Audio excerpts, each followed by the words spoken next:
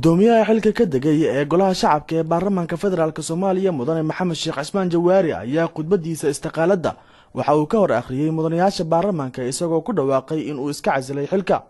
hadal jeedinta gudoomiyaha xilka baniyay ayaa waxa ka qayb galay Cabdi Xaashi Cabdullaahi gudoomiyaha golaha aqalka sare ee baarlamaanka federaalka Soomaaliya. Jawaari ayaa sheegay in maanta aysan jirin qof ama koox guuleysatay ama laga guuleystay isagoo ka dhawaajiyay in shacabka Soomaaliyeed ay guuleysteen iyo sareynta sharciga. khudbadiisa ayuu sidoo kale waxa uu uga hadlay waxqabadkiisa muddada 5 sano ee xilka hayay.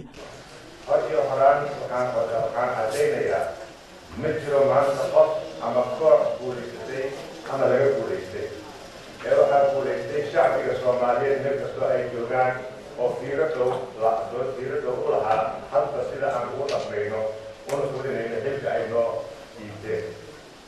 waxaa guulaystay samaynta sharciga iyo dhaqanka dimuqraadiyadeed oo u horseedaya in nabad iyo xasilooni iyo codayn ama kala roonaansho lagu kala wareejiyo xilalka siyaasiga ee lagu matalayo shacbiga.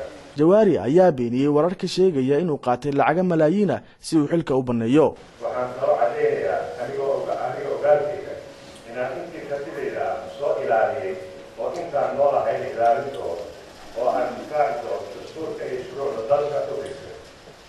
mabda'aas ilaalintiisii ayay maanta ka tarjumaysaa inaan idin hor imaado istiqaaladeydana idin diigo ammaanada aad igu xilqaanteen 11 Janaayo 2017 aad idin soo celiyay ayadoo golahan jiritaankiisii dadbado xubnihiisa oo isqaba oo ay wada goobjoogyihiin.